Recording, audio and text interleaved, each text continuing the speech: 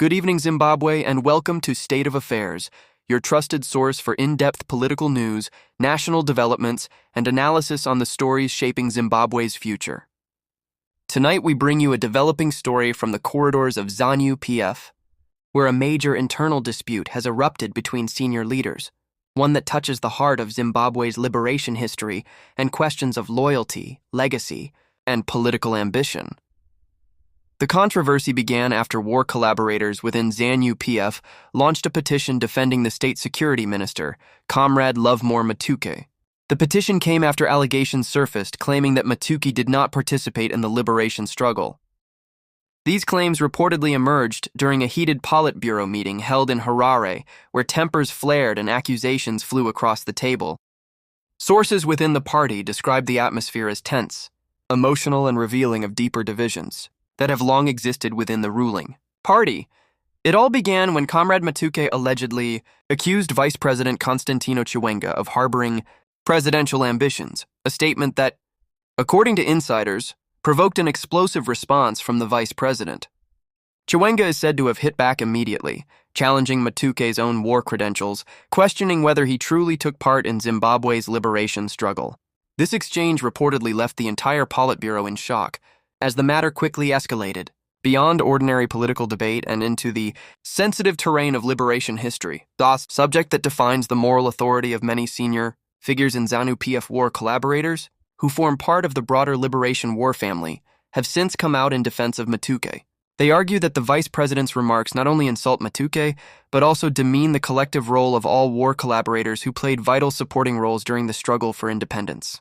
In their petition, the war collaborators expressed what they called deep concern over comments made by senior leaders of the ruling party that they say disrespect the contributions of war collaborators. The petition reads, in part, "We write with deep concern regarding recent comments made by some senior leaders of our party, ZANU-PF, which disrespect the contributions of war collaborators. Specifically, we are troubled by remarks aimed at Comrade Lovemore Matuke, which implied that he never participated in the war effort. It is on record that Comrade Matuke, like many others, played a vital role in the liberation of Zimbabwe as a war collaborator. The signatories of the petition include known veterans and collaborators from multiple provinces who insist that their participation, though not in combat, was critical to the success of the armed struggle. They reminded the party that the liberation of Zimbabwe was not only won by those who carried guns, but also by those who carried supplies, messages, and intelligence, often at great personal risk.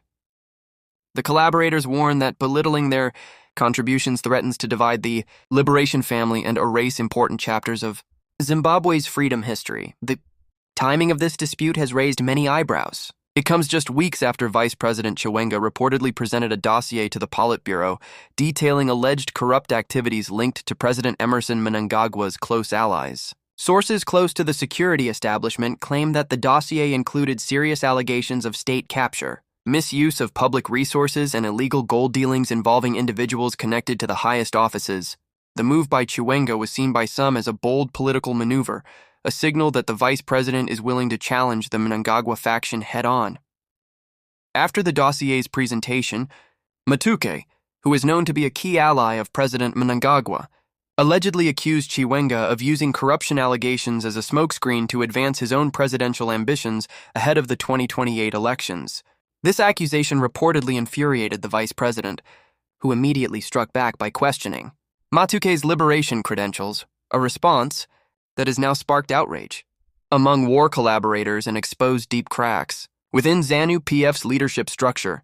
Analysts say this exchange represents more than just a personal dispute between two senior figures. It reflects an ongoing power struggle within ZANU-PF between the Mnangagwa camp and the Chiwenga camp, a rivalry that has simmered quietly since the November 2017 coup that ousted Robert Mugabe. During that military-assisted transition, Chiwenga played a pivotal role in ensuring Mnangagwa's rise to power. However, in the years since, political trust between the two men has reportedly eroded, leading to periodic confrontations and mutual suspicion. The latest incident involving Matuke appears to have reignited this internal tension, with both sides now using liberation credentials and corruption allegations as weapons in their political battles. The petition from war collaborators continues. We, as war collaborators, believed that the liberation struggle was a collective effort that involved fighters, supporters, and collaborators alike. Each played a vital role in ensuring Zimbabwe's independence. To question one's contribution, especially of a comrade who stood for the party during difficult times, is to question the unity and history of ZANU-PF itself.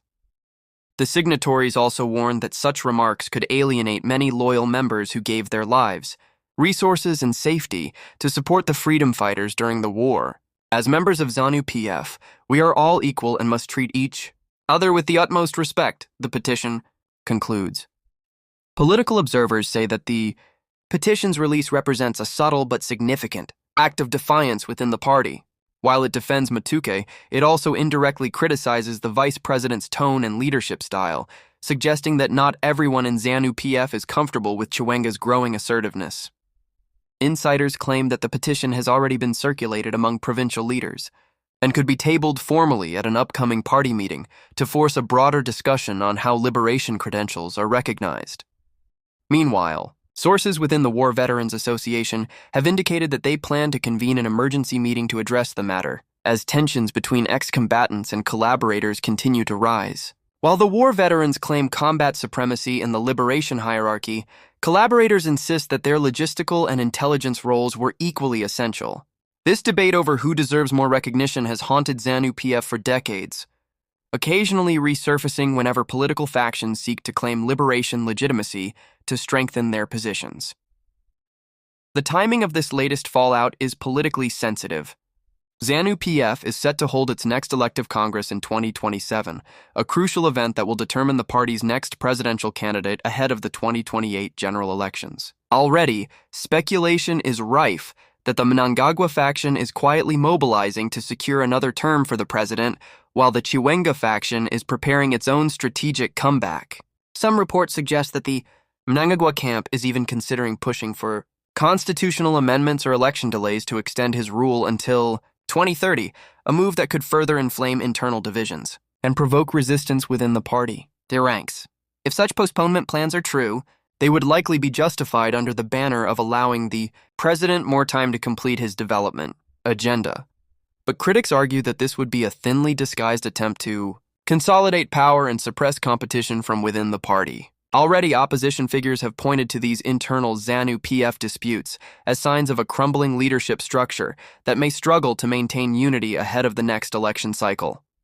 Back in Harare, war collaborators who spoke to State of Affairs under anonymity said they are tired of being treated as second-class citizens within the liberation family. One former collaborator from Masvingo said, "We carried weapons, food, and intelligence for the fighters. Many of us were tortured, some killed. We were the eyes and ears of the struggle. To say we did nothing is an insult." Another from Manicaland said, "When we see our leaders attacking each other using liberation history, we feel betrayed. We all fought for the same cause, Zimbabwe's freedom." The Matuka saga has also drawn reactions from independent analysts. Political commentator Dr. Tawanda Malanga noted that disputes over liberation credentials have long been used as political tools in ZANU-PF's internal wars. Whenever there's a leadership contest, people start questioning each other's history in the struggle. It's a way of delegitimizing rivals and undermining their moral standing. We saw this with Joyce Majuru, we saw it with Sidney Sekeramai, and now we're seeing it again with Matuke, he said. According to Malanga, this latest incident signals that the 2027-2028 election period could be the most divisive in ZANU-PF's recent history.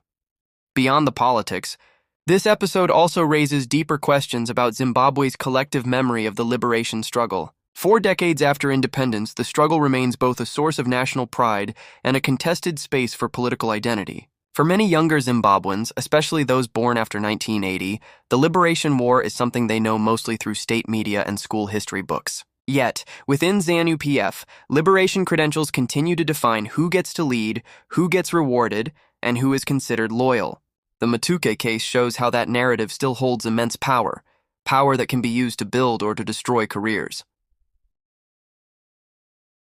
Meanwhile, the Mnangagwa administration has maintained silence on the matter, neither confirming nor denying reports of the heated exchange between Matuke and Chiwenga. The government has also not commented on the alleged dossier presented by Chiwenga, which remains shrouded in mystery. However, Multiple sources claim that the dossier's contents have already been shared with select members of the Central Committee, suggesting that it could be used as leverage in future political negotiations. Inside sources also reveal that efforts are being made behind closed doors to calm tensions between the two camps. Senior elders within the party have reportedly advised both Chiwenga and Matuke to de-escalate their public confrontation, warning that open division could damage ZANU-PF's image ahead of upcoming local elections. One Central Committee member was quoted saying, "We can't afford to let our internal issues become public spectacles. The people are watching. The opposition is watching. The party must project unity, even when disagreements exist. However, the damage may already be done." The issue has ignited debates on social media, with many Zimbabweans questioning why liberation war credentials continue to dominate political discourse instead of pressing issues like economic recovery, corruption, and youth unemployment. On platforms such as X and Facebook, users are divided.